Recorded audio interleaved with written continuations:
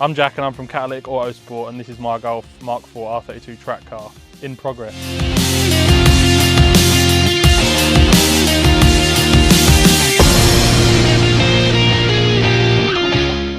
So the car started out 2 years ago, completely standard.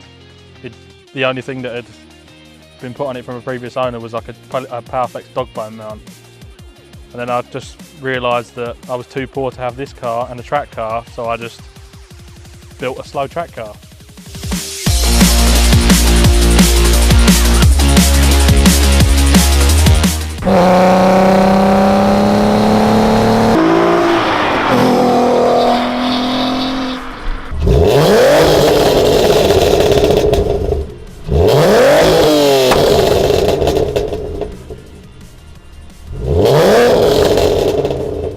So engine-wise, if some of you are familiar with these, they're really hard to get power out of.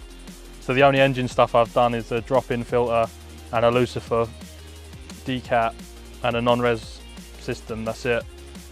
A lot of the money I've spent has been handling. So the biggest thing I've done is a cage, and that's my favourite thing. It's got full Bilstein suspension, supplied by Garage Midnight, and H&R anti-roll bars, like the thickest ones I could buy. Wheels, I had to get one of my favourite set of wheels, which is Oz Ultra Legeras. The brakes are off of a Porsche 911 Turbo with Ferodo discs that squeaky.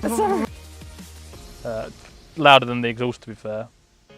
There's some polybushing knocking about.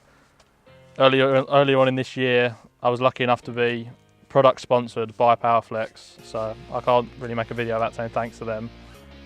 It's got Silver Project top mounts, which they kindly supplied, which was nice of them, like to help.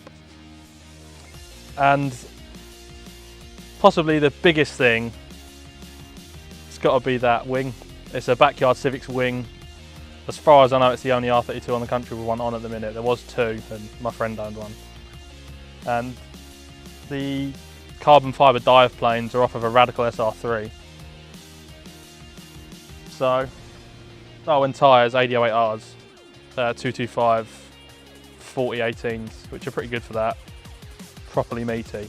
If I was to say things I don't like, probably they are not the quickest. Like, there's a reason that not a lot of these are in track day paddocks, because they're not that fast. They're all right and they're capable, but that's hence why I've gone for all handling.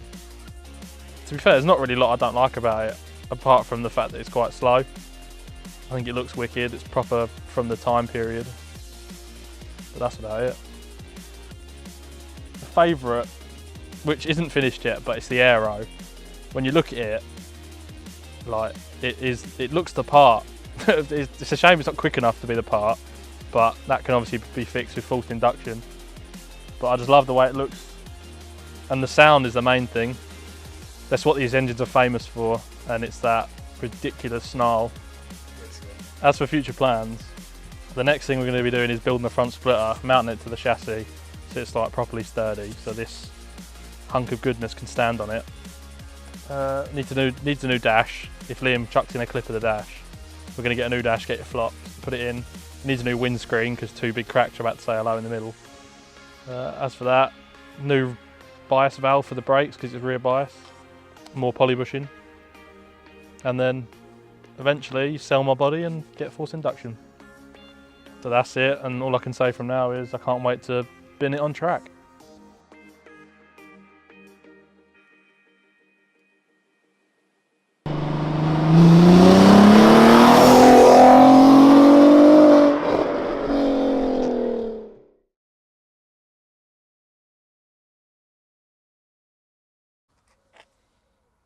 I'm Jack, and this is my story of living with a micro penis. Have you got old tech?